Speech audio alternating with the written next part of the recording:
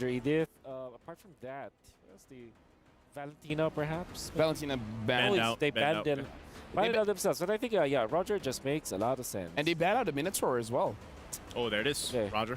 Yep. So you go Terizla if you're Cloud9. That's great, and maybe, hopefully not Alpha. So pick up a mage here, like Yeah. a Faramis, perhaps? Or a Yeah, Farum is great. Faramis, is right? great. Yeah. Great against Roger, but not the best versus Edith. Edith actually likes playing against the Faramis because you can just melt the extra shields. Okay, Go Grok. Grok. Okay, with the Valentina being banned, they're confident with the Grok. The Grok looks good. So FALCONS APBREN might pick up their few hero now. You go Vexana. Yep. Vexana for the knockups, you know? Yeah. You play the Eternal Guard knockup into the Edith with the Onward and Earth Shatter. Yep. You have knockups for days. Yep. And honestly, when we've seen a lot of teams utilize those combinations, whatever it is with the Edith, she seems to be the main staple. Yep. It ends up working out in a lot of their favors. Farsa also looks good for FCAP. That way they can go for a hard lockdown on Ogwen, and then they have that burst with the Edith as well as the Farsa. There's enough range for you to kind of outplay the Harith, because Harith wants to play around the Zaman Force. So if you just try to get out of that zone or get out of the box, you can then punish it with good range through the Edith as well as the Farsa. We got to talk about how the draft coming in from Cloud9, now that they have the Harith, and because they have the Terizla, the EXP later is more of a setup guy. It's more of a tank. Yeah. So you need your damage coming in from the jungle. So the question is, what is going to be the physical damage dealer that Mobazin is going to dish out? And you would have to assume is the Alpha, but at the same time, you're hoping for something else. What is going to be different? I think yeah, maybe Granger. There has to be. Like I mean, so far from everything we've seen from C9, it's only been Alpha. Yeah, correct me if I'm wrong. So I think at this point, when you're down to we need this point, you have to change things up, because so far, you know, a lot of these game plans from C9 have not worked out. And I know it's a tough task, because we're talking about the defending world champions here, FALCONS APBREN, and after game 1. All that C9 saw was that little glimpse of hope when they were able to turn that one fight around for them. I feel like Fighters is difficult now just because of the Edith, right? You want to stay around in the team fight, but then you're just getting tossed up here, you're getting knocked up there, and then imagine if the opposing side actually has a Vexana, and then I'm like shaking, I'm dancing, I'm terrified. Too much crowd control for fighters in the jungle. So you know what? So Saber. Gorgeous said it. Oh, right. Gorgeous, yep. Gorgeous did say it. Saber. If eventually FALCONS APBREN picks up an assassin, I'm really liking the Saber. Like, unironically. Yeah, definitely. Yeah. Like if they pick up Hayabusa, for example, if that is shown, maybe Fanny was picked up by FALCONS APBREN because they're that bold. Yeah. You know? Even the Roger actually can get one shot by the Saber. Yeah. Yeah, no. So I hope I mean, like, this is essentially tournament life for Cloud9. Just show us something. Get one notch on the unique heroes for MSC so far. What was it? 73? 73 so far? 73 so far. We had 63 last MSC, was that right? 64. 64. Wow. Man, we are making numbers. That shows how healthy the meta is right now. Yep. Yeah, it is. Okay. Well, we're not seeing any of the draft. Yeah, I'm not sure if we're actually still going with those picks. Oh, yeah. I mean, like, anything could happen. So we might as well talk about the significance of this match, because it's do or die, not just for both teams involved. Yeah. For the entire group. Oh, wait. There it is. Oh, okay. They still went Faramis. Exborg. Exborg. We forgot about this. This could be a good flex. It could be played in the... It could be played in the jungle role. It can also be played the XP, but of course the Terizla was already open, so maybe Exborg is indeed the pick. Honestly, Exborg against Terizla is not a confirmed win, just because the Terizla actually has a lot of damage on the second skill, so that you can actually take down the Friaga arm. No, I mean, like, Terizla is already the EXP for... Sorry, I did. Cloud9, right? Oh, yeah. So they have they confirmed the Exborg in the jungle. We have not seen most of the draft. FALCONS APBREN picks Exborg. Okay. Oh, FALCONS APBREN. Yeah, they pick up the Exborg. I wonder what that reaction is. Oh. Okay, wait. Oh, there's YSS? Yes. Was that the reaction? We talked about it. Hey, We talked about it. Love it. he's just like, you know what? I love it. Send it. I That was love the it. reaction. We did say Win or lose, we love it. Yeah. Yep. YSS. This is gonna win. if not the Granger, the YSS. This is gonna win, man. You know what? Clip it. We called it first, okay? Yep. We called it. What are we calling it? No, we I- called the it's- YSS. Yeah, we called that YSS. Like, I have his WhatsApp number. All right. It becomes an awkward conversation. I'm like, yo, when are you coming back in the meta? And then he's like, when did I leave? And I'm like, okay, you know what? You know what? Fair. Fair enough. You have Yi Sun Shin's number. Phone number. Gotcha. Yeah. Wow. Locked in. Fair. So Cloud9 has Yisun and Farsa, and Falcons APBREN, they're last pick the Fredrin, so the export is going to the EXP. So Oh, I love the Fredrin. you love the actually. Fredrin for this draft? Yeah, especially going up against Harith. And there's, I guess the only Mm-hmm. problem here is the Farsa, but then you have Yeah. Edith and Faramis together with your team, and then you have the expert that kind of, some players actually call it the bidet. The bidet. Yeah, You know what? With that being said, not the bidet. I don't just know. to confirm, Flamethrower. right now the draft has been completed. Yisun Shin is here. I hope the casters are ready because it's your time to shine. Breaking news, Yi Sun Shin makes it into the Land of Dawn here, upping once more the unique hero picks in the Mid-Season Cup 2024. Gideon Leo about to bring you game number 2 in the second broadcasted game of this series. And just script. I mean, I still remember the previous meta, right? It really boils down to, it's like we've seen these matchups time and time again, where that's why these utility tank junglers were so effective, because it's just, how do you punish them? You have all this damage, you make a mechanical mistake, and I can just eat the damage, make a mechanical mistake, and still kill you. Which makes this a scary thought. It's like the metas of 2023 and 2021 are clashing in one matchup here in Game 2. Falcons APBREN versus Cloud9. Here we go. Mobazen secures both his buffs so far, while Kyle TZ is still trying to get his. I mean, he is power farming, right? He is quickly trying to be as efficient as possible, leaving the very small camps to pick up later on, because he knows that Falcons APBREN, they want to get aggressive here, right? And Mobazane wants to be ahead of the curve, which he is right now. Currently about 200 gold ahead of Kyle TZ, who is taking his sweet time. Both junglers now working on small camps, but mind you, Kyle TZ is still behind, folks, despite... Oh, basic. Oh man, Super Marco was playing this lane perfectly. He's got a slow push on his side, even throws out the taunt knowing that he's basically won this lane. Like basic, he's gotta land a really good synchro fissure. Yep. And we'll check in on mid now. There you go. There's the Mount Shocker. Able to check in on everyone, Flap TZ. Putting down the damage on to Mielo, the GOAT. And finally, they're at level parity, but still XP lead on Mobazane. Yep, he's been able to clear out pretty much all of his camps in, honestly, quick fashion, and even picking up on the gold crab, well, technically river crab, on towards the gold lane instead of passing it over to basic. They've made sure that Mobazane is going to be scaling really, really quick, and I think that's a good idea, but that's on the assumption that their laners are going to be all right, and considering basic's current standings against Super Marco, it's not looking good. Check this out. Falcons APBREN everywhere right now. All 4 members here. Oh, there's the Earthshatter onward. Oh, he flickers away. Penalty zone's on top of it, but that just means that he's going to get just run down by Flap TZ. Even the Feathered Airstrike kind of in a weird position. They needed to make a call there because for sure you could see that Mobazane didn't really want to be part of that fight anyways, so they should have just backed up. Maybe slow it down, I guess, but when you're at 50% HP, it's too dangerous. The question is, where does that leave Mielo? Was he necessarily supposed to stand around there? Did he want to put up vision? Did Mobazane need it? I suppose he didn't need it at all, to be fair, right? He just needs to make sure that they can slow down Kyle and make sure that MOBA has tempo, which I think he has right now, but at what cost, right? Yeah, there's a stolen small camp away from Kyle TZ.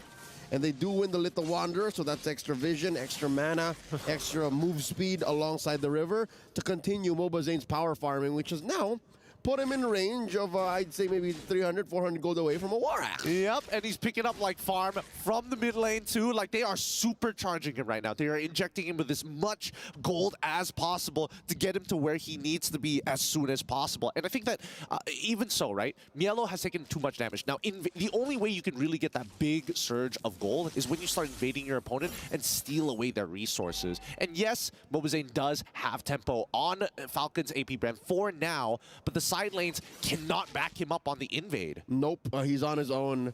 He's in that little chamber, ready to pop out like Weapon X maybe after 4 or 5 minutes from now. There's the War Axe, but he definitely needs one more. I think he needs one more to really punish whoever comes in.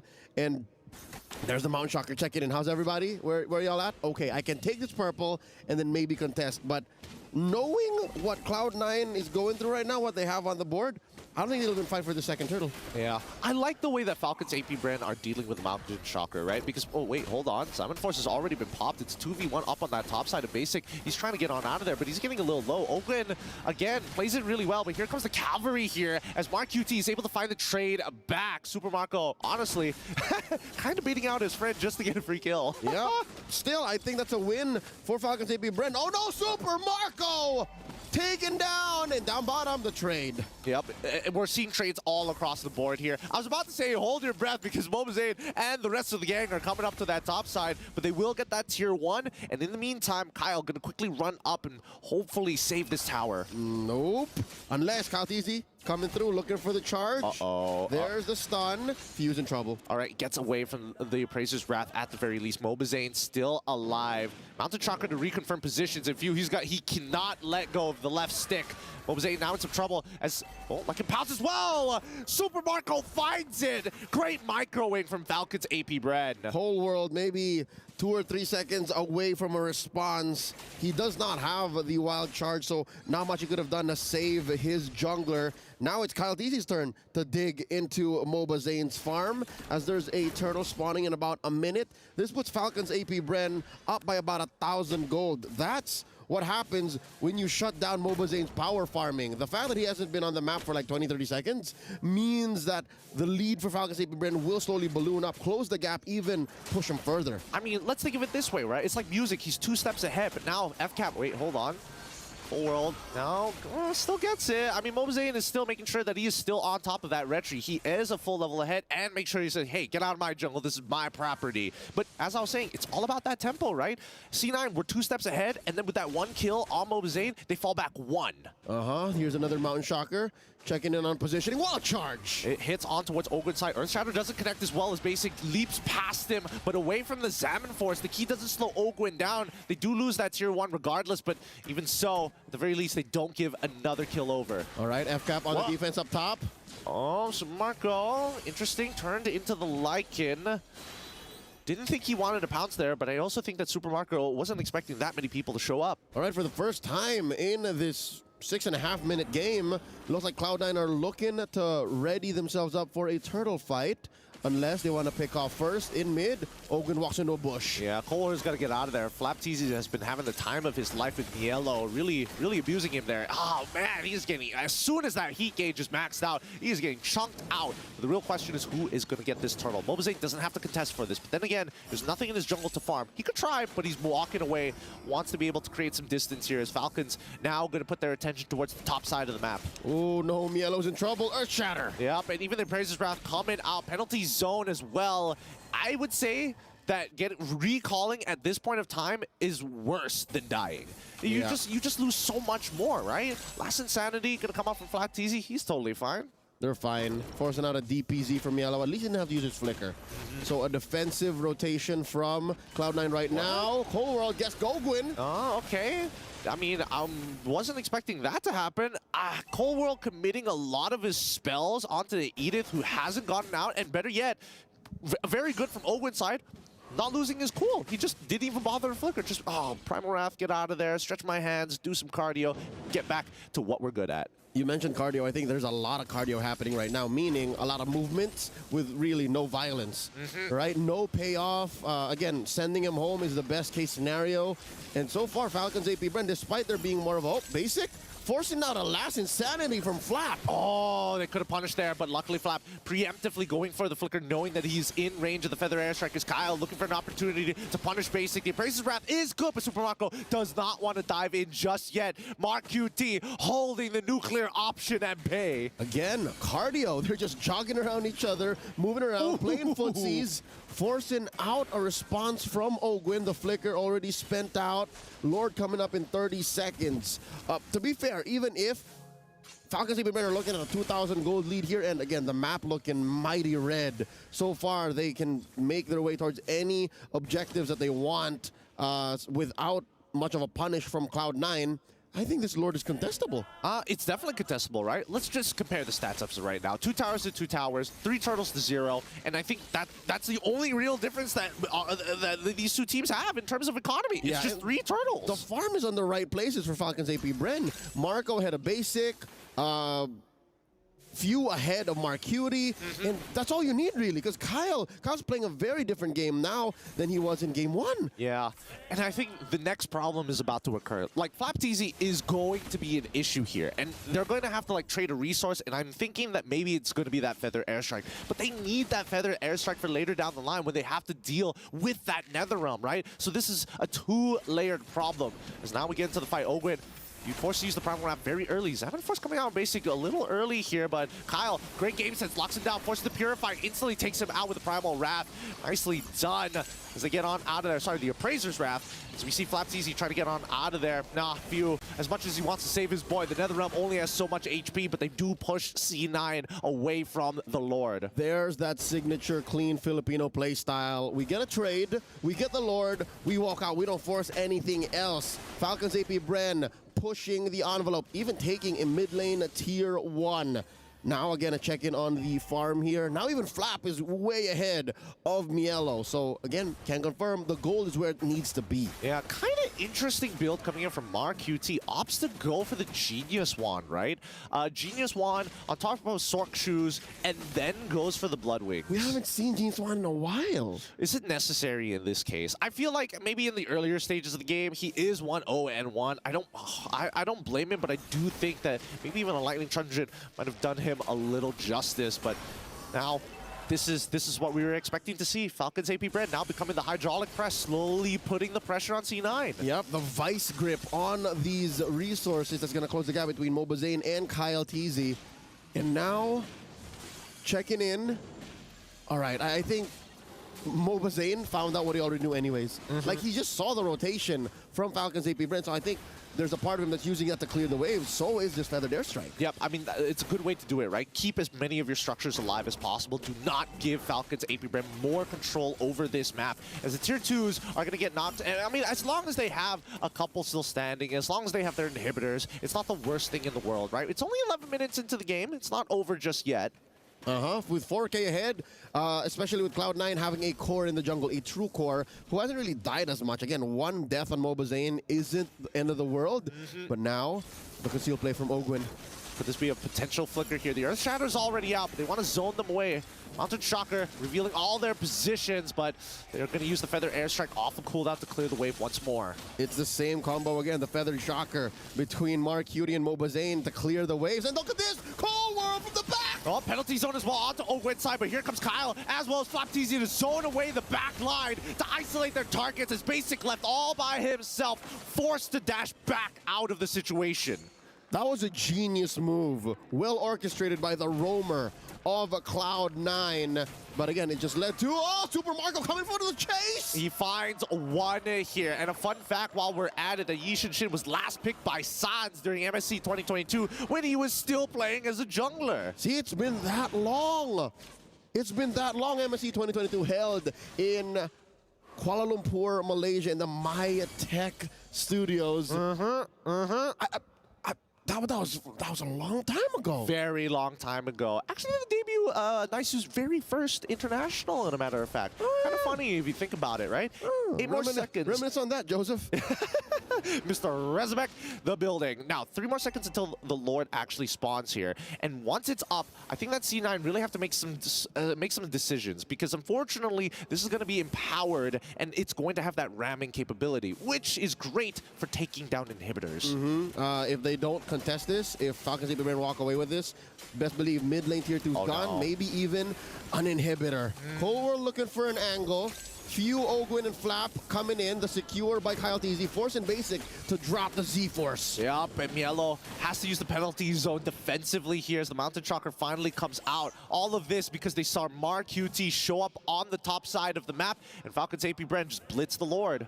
And here we go, the aforementioned push on that tier 2 in mid. Lord spawning in about 10 seconds from now. I think Falcons APBREN can use this while to take some time. Whoa! The Zaman force backwards, but now the Feather Airstrike looks good. NetherRealm comes out to save the members of Falcons APBREN. Whoa! The emergency eject button as no. Marco! How? Why? And he TPs on him right in front of his doorstep. Just for style. He just pulled the rug, Okay. the home rug underneath Basic. To be fair, a sudden team fight like that does not happen without a backup plan from Falcons APBREN. Cloud9, I'm sure, if they saw that the Zaman Force could have been sat on for maybe 2 more seconds, maybe they would have had that kind of response. But for Falcons APBREN, they saw Basic was standing around. I mean, I think Basic was confident he could win that 1v1. He wasn't expecting does have a Super. Purify. He does have a Purify, but in the 1v1 against Super Marco, like Super Marco isn't going in for no reason. But now, speaking of which, Lord already cracking down on that crystal. Mid inhibitor still alive, and Falcons APBREN just gonna have to back away. Looking for an opportunity to crack another inhibitor would be nice, but looks like C9 is on top of it. Great high ground defense from Cloud9. Oh, pushing out Falcons APBREN from their base. Whoa. Mobazane Hey, spots yo. you, looking for it. Pops a NetherRealm. Well, I mean, they've built some heat onto Basic, but so far, so good. It looks, I mean, I'm gonna say this. Falcons APBREN, this is not looking like this is the polar opposite of TLPH. TLPH was a spin on that thing kind of team, and Falcons APBREN, they really take their time. They're really using their lats, going back and forth all the time, and making sure that this is going to be a clean game. It's a slow burn, is what they're doing. It's not just an all-in-one, you get everything you want. But now, Mielo gets spotted. Even these fights are going slower, huh? It's been a while since we've seen this metagame. Moonton has really done well to change the way we play MOBB. I suppose. I mean, this is very, honestly, the way Falcons APBREN is very reminiscent of what the previous patch used to be. But at this point of time, I have to give it a C9, though. The fact that they're holding out in this manner, there is an opportunity to really turn things around, and we're getting to the final builds. Look at this. Few Idle Nama kids are picking up the Lantern. Again, that's going to hurt against Mielo, going to hurt against Cold World. Oh, Even man. Basic's going to think twice about it. He's going to get some tick damage. I suppose. I think that C9 are also... Wait, hold on. Basic, now maybe in some trouble. Has to use Zaman Force. Last Insanity does come out, but Basic ooh, hold on. Now with the Feather Airstrike into the Mountain Shocker. NetherRealm could have come down. Immortality. Whoa, Mielo. Whoa! Oh my God! Super Marco flickers forward. He wants another one. Give it to him. Holy cow! As he fights 2 in the middle of all 5 members of C9. Make it a triple. And now they're cracking down on the crystal. If they keep up the heat, they might be able to make a Maniac just in time here. And that's what Super Marco wants. He goes in, finds another one. Maniac! Give him the savage underneath it. Come on! Dive him! They're gonna try. Mark Uni says no!